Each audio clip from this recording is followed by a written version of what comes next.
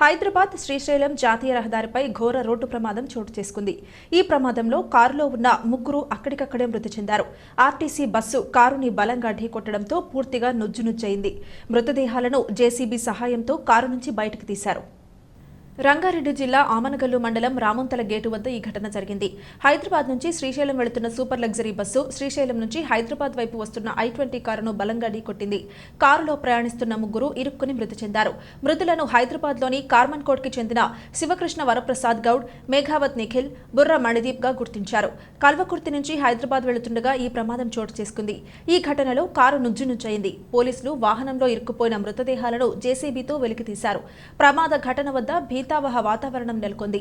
మృతదేహాలను పోస్టుమార్టం నిమిత్తం స్థానిక ప్రభుత్వాసుపత్రికి తరలించిన పోలీసులు కేసు నమోదు చేసి దర్యాప్తు చేస్తున్నారు.